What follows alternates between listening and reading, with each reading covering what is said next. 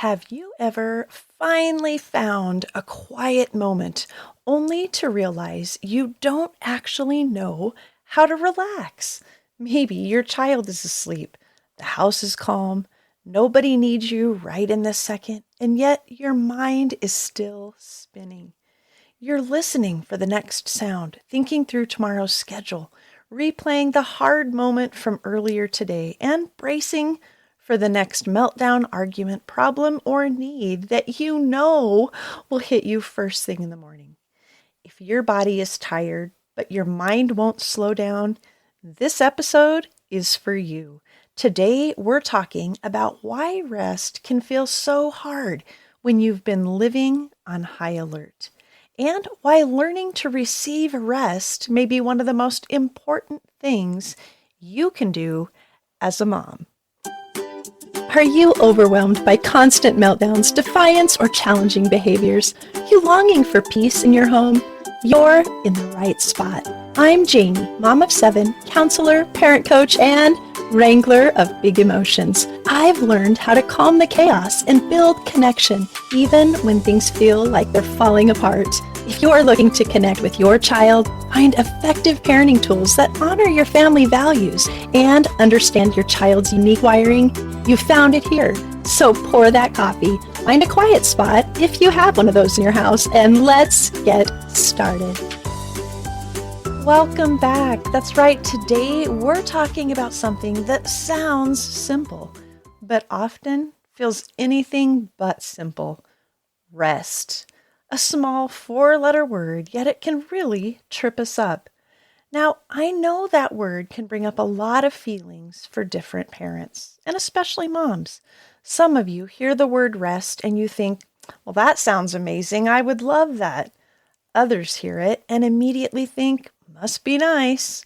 And some of you may hear it and feel a little irritated because people have told you to just take a break, as if it's that easy when you're raising a child with big emotions and challenging behaviors, the emotional dysregulation, and messy meltdowns.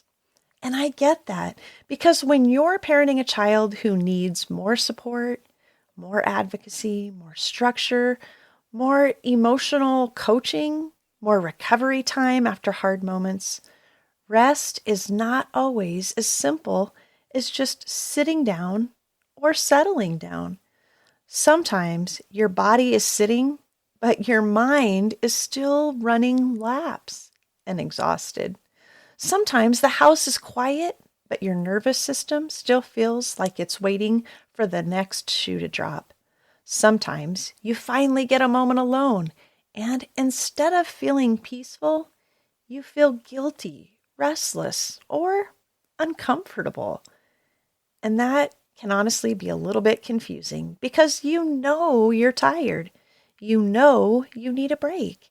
You know you cannot keep pouring out forever without being refilled. But when rest finally shows up, it doesn't always feel restful. Sometimes it feels unfamiliar, undeserved, unsafe. Sometimes it feels like there is something else you should be doing. So today I want to speak to the mom or the parent who is not just busy, but constantly on alert. The parent who's always listening for the next argument, the next meltdown, the next sibling conflict, school email, emotional shift, the next problem to solve. The mom who loves her family deeply, but has started to realize that even when things are technically calm, she doesn't usually feel calm inside. And I want to say this right from the beginning. If rest feels hard for you, that does not mean you're doing something wrong. It might mean your body has been carrying pressure for a long time. It might mean your mind has learned to stay prepared because preparation has felt necessary. It may mean your system is so used to being on, being needed, that being needed for a moment, not being needed for a moment, can feel strange. So let's talk about why that happens. what it can look like, and even how we can begin to gently practice feeling restful again. The first thing I want you to understand is that moms of emotionally intense children often live in anticipation mode. Anticipation mode is that place where you're physically present in one moment, but you're mentally scanning for the next one. Does that sound familiar? Maybe you're making breakfast, but you're already thinking about whether the socks are going to feel wrong today. You're driving to church, but you're already wondering if your child will make it through the service. You're sitting in a family gathering, but you're watching the noise level, the food options, the people interactions, the transitions coming up, and the look on your child's face that might mean things are about to go sideways. You may be at home, but your brain is thinking 3 steps ahead. Did your child eat enough? Are they getting overstimulated? Did you give enough warning before the transition? Is bedtime going to be hard tonight? Did I respond too strongly earlier? Should I have responded stronger? Should I call the therapist? Should I email the teacher? Should I change the routine? Should I let this go or hold the boundary? I know that sounds familiar for so many of you, and it's a mental load. When you live in that place for a long time, it can start to feel normal. You may not even realize how much you're scanning, preparing, predicting, and bracing because it has become a part of how you function and likely a part of how your whole family functions. So let me just say this, that often starts for really understandable reasons. If your child has frequent meltdowns, intense reactions, impulsivity, aggression, anxiety, maybe sensory overwhelm, shutdowns, challenging behaviors, all of those things cause you to learn to pay attention. You learn the warning signs. You learn what happens if you miss the cue. And you learn that a tiny shift can become a very big thing. You learn that if you are not prepared, the whole day could quickly unravel. So your brain tries to help you by staying ready, staying on guard. Staying ready all the time comes at a cost, and it can make it really hard to rest. It can make quiet times feel suspicious and uncomfortable. It can make sitting still feel unproductive. It can make calm moments feel like the pause before the next storm instead of a moment that you're allowed to enjoy. And this is why just relax is often terrible advice. Because if your body has been trained by experience to stay alert, rest is not something you can always turn on like a light switch.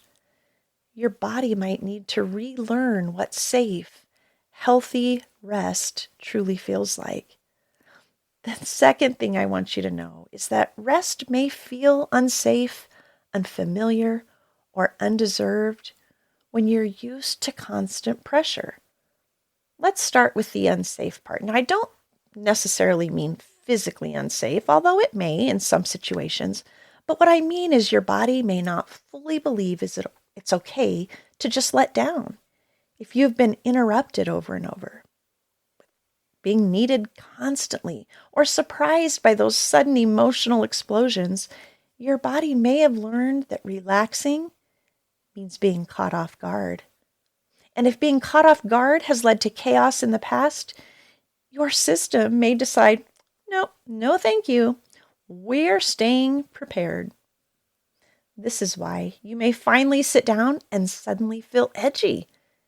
It's why you may try to rest and then immediately start thinking of everything that could go wrong. It's why you may feel more comfortable doing dishes, folding laundry, or scrolling on your phone than actually letting your body and mind just settle down. Those things may not be the true test or the true test of rest, but they give your brain something to do. They keep you from feeling the discomfort of slowing down.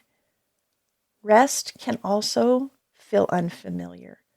Some moms have been in a hard season for so long that they do not actually remember what it feels like to have margin, that white space that we all need. They know how to push through. They know how to do the research. They know how to advocate. They know how to hold it all together. They know how to get everyone where they need to go. But they do not know how to stop without feeling like something is wrong. And then there is the undeserved piece. This can be a little tricky, but many moms feel guilty resting because there's always something else that needs to be done. There's laundry, dishes, appointments to schedule, messages to answer, a child who needs help, another child who just simply needs attention, a spouse who really wants to connect, meals, groceries, forms, homework, behavior plans, bedtime routines, and all the things. So rest starts to feel like something you have to earn after everything else is finished. But here's the problem. Everything else is never finished. And if rest is always waiting for the end of the list that never ends, then rest will never come. Some moms also feel like resting means they're being selfish. They think, how can I take a break when my child is still struggling? Or how can I step away when there is still so much to do? Or what kind of mom needs this much recovery time? But needing rest does not mean you're selfish. It means you're human. And if you're parenting a child with big emotions, neurodivergent needs, emotional dysregulation, and those challenging behaviors, you may be carrying a level of emotional and practical responsibility that's hard for others to just even begin to understand. You're not lazy because you need rest. You're not weak because you need quiet. You're not ungrateful because you need a little space. And you're not a bad mom because your body and mind are asking for care. That brings us to the third thing I want to talk about today. True rest is not laziness. It's restoration. And I think this matters because we often use the word rest in a really limited way. We think rest means sleeping, doing nothing, maybe taking a vacation or having a spa day. And yes, those things can be restful, of course. And I'm not opposed to any of that. But restoration goes deeper than simply stopping your activity. Restoration is about being replenished. It's about letting your body come out of constant alert. It's about letting your mind stop scanning. It's about remembering you're not only a manager of everyone else's needs, you're a whole person too. You have emotions. You have limits. You have hopes. You have a body that needs care. And you have a heart that needs encouragement. You have a mind that needs space to think.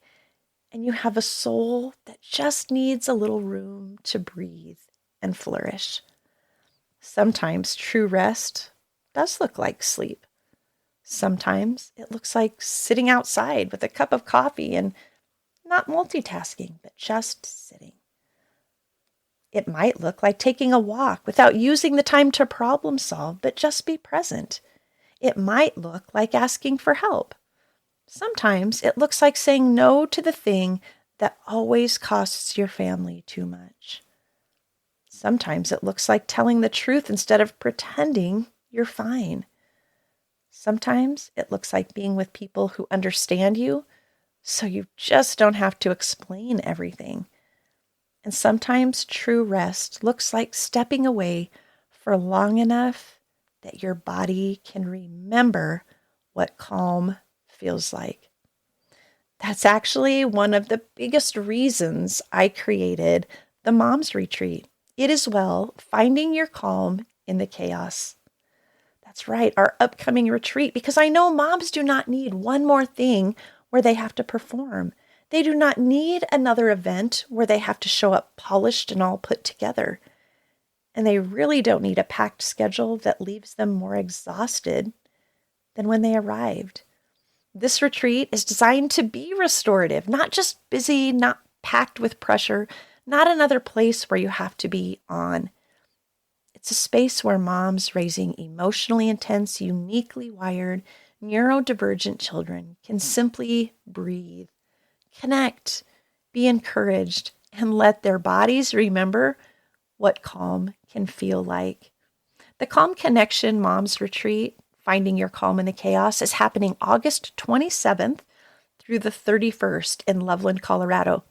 That's right, you arrive late on a Thursday night. We have Friday, Saturday, and Sunday activities.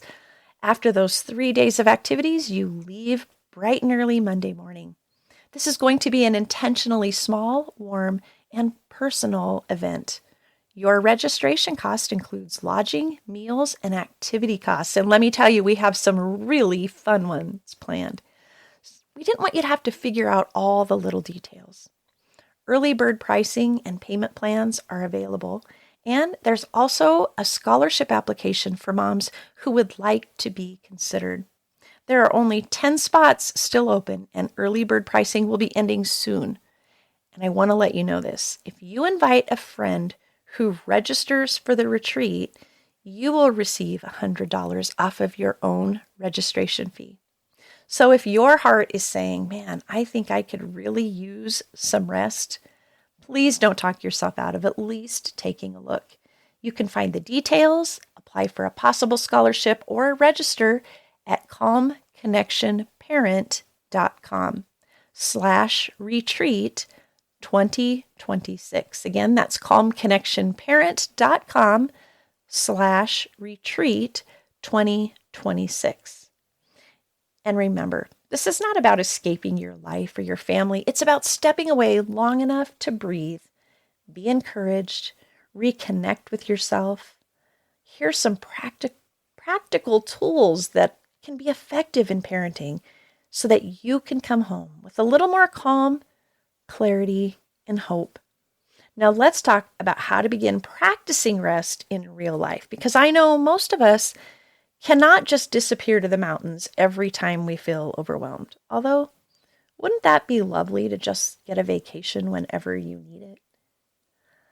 The first step is to stop waiting until you're completely depleted before you give yourself permission to rest. Many moms wait until they are at that edge before they pause. They wait until they're snapping, crying, numb, resentful, or completely exhausted. But rest does not mean that it's just an emergency response. Rest is meant to be part of sustainability. Think about your iPhone for a minute. If your battery is at 2%, everything becomes harder. The screen dims, apps start working well. Stop working well. You start scrambling around for a charger, and you become very aware that your phone is about to shut down and you can't rely on it.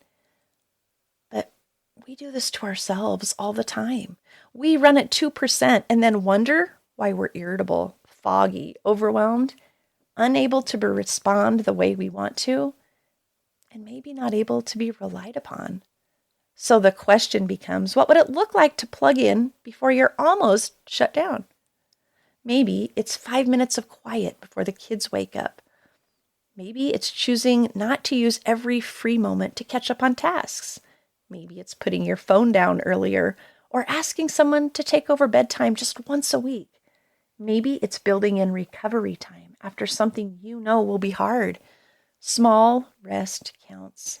And I want to say that again because I think we dismiss small rest when we cannot get big rest, but small rest counts. A deep breath before you answer, sitting outside for even 3 minutes, drinking water before you make another decision, saying, I need a minute, and then actually taking the minute. Laughing with a friend counts. Going to bed instead of doing one more load of laundry counts. The goal is not to create a perfect self-care routine because that too can become just another bit of pressure. The goal is to begin teaching your body that it's allowed to come down from alert little by little, moment by moment, breath by breath. And that leads to your quick win for the week. I want you to choose one moment this week where you practice rest before you feel like you've earned it. Not after everything is done, not after everyone is happy, not after the house is all cleaned and in perfect order. not after the hard season is over, before. Choose one small moment and say, I'm allowed to pause even though the list is not finished. Maybe you set a timer and sit with your coffee, or step outside after a hard moment. Maybe you ask your spouse, a friend, or a family member for one specific thing that would help give you just a little bit of breathing room, and then you notice what comes up. Do you feel guilty, restless, worried, irritated, sad, relieved? Just notice it. Don't judge it. Sometimes the first step is learning to rest and just simply becoming aware of how hard rest feels. And just remind yourself, rest is not laziness. Rest is taking care of myself. And taking care of myself helps me show up with more of who I want to be. As we wrap up, I want you to remember this. If rest feels hard, you're not broken. You may simply be a mom whose body has been living on high alert for a long time. You may be living in anticipation mode. You're not just managing the moment you're in. You're scanning for what might happen next, and that kind of alertness can make rest feel unfamiliar, uncomfortable, and even undeserved. But true rest isn't lazy. It's not selfish. It's not checking out from your family. It's taking care of what matters. It is one of the ways you care for the person your family depends on. And yes, that person is you. So this week, practice one small pause before you've earned it. Let your body begin to learn that calm is not something you only get after everything is handled. Calm can be something you practice again, and slowly rebuild. And if you know that your heart needs more than a 5-minute pause, I would love to invite you again to look at that Mom's Retreat. It is well, finding your calm in the chaos, happening August 27th through 31st in Loveland, Colorado. That's right, 10 spots still open, early bird pricing, and don't forget that special where if you invite a friend who registers, you can receive $100 off. Learn more at calmconnectionparent.com/retreat2026. Until next time, keep looking for your calm in the chaos. Get some rest, and remember, you're not alone in this journey. I'm cheering you on each step of the way.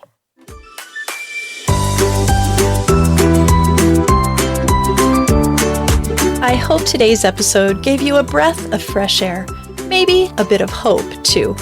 If this encouraged you, would you please take a moment to follow and leave a quick review?